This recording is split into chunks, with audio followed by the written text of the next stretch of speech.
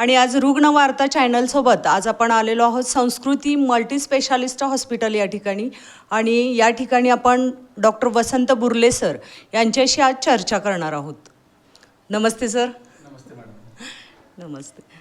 तर म्हणजे बरीच वर्ष झालं मी पहिल्यांदा ह्या ठिकाणी राहत होते ह्या एरियात, परंतु त्यावेळी हे हॉस्पिटल वगैरे नव्हतं. आता बराच फरक झाला आहे, सगळीकडे बरीच हॉस्पिटल्स होत आहेत. आणि तुमचं हे जे हॉस्पिटल आहे, मला वाटते आपल्या पंचक्रोशीतील लेझरद्वारा आधुनिक उपचार करणारं हे पहिलंच असं हॉस्पिटल आहे. तर त्यासंबंधी तुम्ही काय सांगाल नेमकं तुमच्या हॉस्पिटलविषयी माहिती?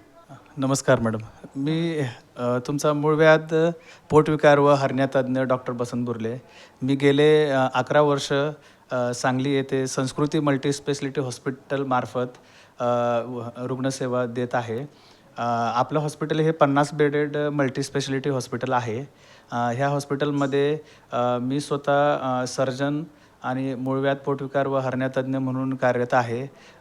आमचे सौ डॉक्टर मयुरी बुर्ले हे नेत्ररोगतज्ञ आहेत व इतर डिपार्टमेंट म्हटलं तर ortho department, ENT department, gynaec, medicine department, onco department असे विविध प्रकारचे वेगळे डिपार्टमेंट्स आमच्या हॉस्पिटलमध्ये कार्यरत आहेत.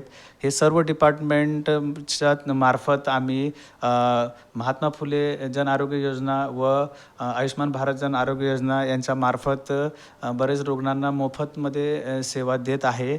तसेच आमच्या इथे ESIC मार्फतसुद्धा आम्ही बरेच रुग्णांना मोफत सेवा देत आहे. आमचं हॉस्पिटल हे खास करून लेझरद्वारे दुर्बीणच्या मार्फत मूळव्याधची शस्त्रक्रिया करणारे सांगली येथील सुप्रसिद्ध हॉस्पिटल आहे. आम्ही रोज किमान OPDला एक 50 ते 60 मूळव्याधचे व पोटविकारचे पेशंट तपासतो व कमीत कमी 9 ते 10 ऑपरेशन आम्ही रोज मूळव्याधचे करतो. जे रुग्ण आमच्याकडं खूप लवकर येतात, लवकर तपासणी करून घेतात, ते रुग्ण बरेच वेळेला फक्त काही औषधानं सुद्धा ते बरे होतात. आणि जे रुग्ण खूप उशिरा येतात ट्रीटमेंटसाठी, बरेच ठिकाणी ते फिरून आत येतात, अशा वेळेला त्यांचा आजार हा खूप जास्ती प्रमाणात वाढलेला असतो. तर ह्या वेळेला मात्र आम्ही एक दुर्बीणद्वारे चेकअप केल्यानंतर जर त्या रुग्णांना ऑपरेशन करायची गरज असेल तर मग आम्ही त्यांना ऑपरेशनचा सल्ला देतो. आणि मूळव्याध, फिशर, भगंदर, पायलनाडल सायनस अशा बरेच गुदमार्गाचे जे आजार आहेत, हे आजारावरती अगदी एका दिवसात आम्ही त्यांची शस्त्रक्रिया करून दुसऱ्या दिवशी सकाळी पेशंटला डिस्चार्ज करतो व 2 ते 3 दिवसामध्ये पेशंट ठणठणीत होतो. हे आम्ही लेझरद्वारे अत्याधुनिक पद्धतीने ऑपरेशन करतो. त्याच्यामुळे पेशंटला कोणत्याही प्रकारचं चिरफाड नसतं, रक्तस्राव नसतं. पूर्वीच्या ऑपरेशनची पद्धत हे चिरफाडची असायची, त्यामुळे पेशंट ऑपरेशन केल्यानंतर कमीत कमी 4 ते 5 दिवस हॉस्पिटलमध्ये ॲडमिट राहायचं आणि घरी गेल्यानंतर पण त्याला रिकव्हरीला बराच वेळ लागायचा. पण आता ह्या अत्याधुनिक पद्धतीमुळे आम्ही पेशंटला लगेच एका दिवसात डिस्चार्ज करतो आणि पेशंट त्याच्या कामालाही 4 ते 5 दिवसात ते त्यांचे रुटीन काम करू शकतात. तर सर, आत्ता मी म्हणजे तुमच्या हॉस्पिटलमध्ये येतानाच वेगवेगळे डिपार्टमेंट आहेत, वेगवेगळे विभाग लिहिलेले आहेत, ते बघितले. म्हणजे हा मूळव्याध हा असा आजार आहे की म्हणजे लोक म्हणजे ह्या फास्ट फूडच्या जमान्यात जवळजवळ 80% लोकांना हा मूळव्याधाचा त्रास असतो. पण काही जण म्हणजे लाजून वगैरे बोलत नाहीत किंवा काय, आणि त्यामुळे त्यांच्यावर उशिरा ट्रीटमेंट केली जाते किंवा अगदी जास्त प्रमाणात ज्यावेळी त्यांना त्रास होतो त्यावेळी ते म्हणजे हॉस्पिटलला येतात. तोपर्यंत ते घरगुती काहीतरी उपचार करत राहतात. मग तुमची नेमकी उपचार पद्धती काय आहे? तुम्ही अगदी योग्य प्रश्न विचारला मॅडम. बरेच वेळेला मूळव्याध म्हटलं तर हे प्रायव्हेट जागेचा आजार आहे आणि बरेच पेशंट ह्या आजाराच्या बाबतीत विशेषतः स्त्रिया आणि लहान मुलं ह्या बाबतीत बोलायला लाजतात किंवा घाबरतात. ज्याच्यामुळं ते हा आजार बरेच दिवस अंगावर काढतात किंवा मग किरकोळ मेडिकलमध्ये औषधं घेऊन किंवा घरगुती उपचार घेऊन ते बरं होते का हे प्रयत्न करत राहतात.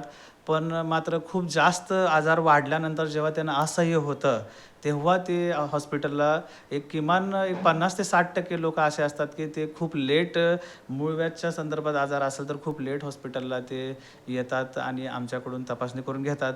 तर मला समाजाच्या नागरिकांना हेच सांगायचं आहे की आताच्या ह्या वाढत्या युगामध्ये आजार कोणताही असो आपल्याला लाजायची काही गरज नाही आहे. त्रास होतोय तर योग्य वेळेला डॉक्टरांचा सल्ला घेतला तर आपण योग्य वेळेत आणि खूप कमी वेळेत आपण बरं होऊ शकतो. तरी सर्वांना माझा हा सल्ला असेल की आपण योग्य वेळेला हॉस्पिटलला भेट देऊन योग्य ट्रीटमेंट घ्यावी. तर सर इतर काही आजार मोठे असतील तर त्यासाठी म्हणजे शासनाकडून सोयीसुविधा वगैरे उपलब्ध असतात. तर आता हा जो आजार आहे समजा किंवा काय तर ह्याच्यासाठी म्हणजे लोक पण हॉस्पिटलमध्ये लवकर येत नाही आहेत आणि लवकर उपचार घेत नाही आहेत आणि मग त्यांच्यासाठी नेमकं काय म्हणजे सोयीसुविधा नेमक्या काय आहेत? मूळव्याध, फिशर, भगंदर ह्यासारख्या आजारांवरती शासनाच्या कोणत्याही योजना उपलब्ध नाही आहेत. पण आपल्या इथं महात्मा फुले योजना किंवा आयुष्मान भारत आरोग्य योजना आहे. ह्या योजनामार्फत आपण लोकांना हाडांचे फ्रॅक्चर असू दे किंवा कॅन्सर असू दे किंवा मूतखड्यांचा त्रास किंवा पित्ताशयाचे खडे किंवा फुटलेले अपेंडिक्स असू दे, असे बरेच आजार आहेत किंवा किडनीचे आजार आहेत. हे सर्व आजार प्रधानमंत्री जन आरोग्य योजना व आयुष्मान भारत योजना अंतर्गत अगदी मोफतमध्ये होतात. गेले 5 ते 6 महिन्यापासून आपल्या हॉस्पिटल येथे ही सोय उपलब्ध झालेली आहे.